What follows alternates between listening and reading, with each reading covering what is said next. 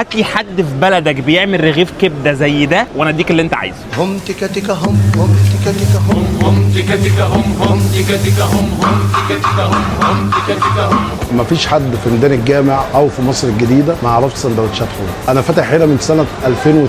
الشغل اللي هو بتاعي اصلا الاساسي اللي انا محترفه الكبده، السجق الاسكندراني، السجق المدخن، السجق البلدي. الناس اللي هي بتحب الميكسات وكده دي برضه انا عامل لها رغيف اللي هو الاكسير ده بيبقى ميكس.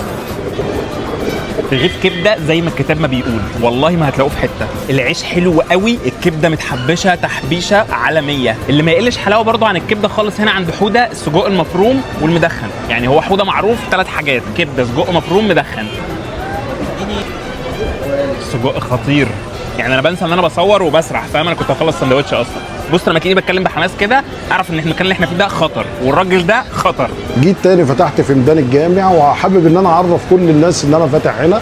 انا الحمد لله بطلع اعلى حاجه واحسن حاجه، والحاجه اللي انا بعملها هنا هي دي اللي انا باخدها معايا البيت. اللي انا باكله هو اللي الزبون بالظبط بياكله.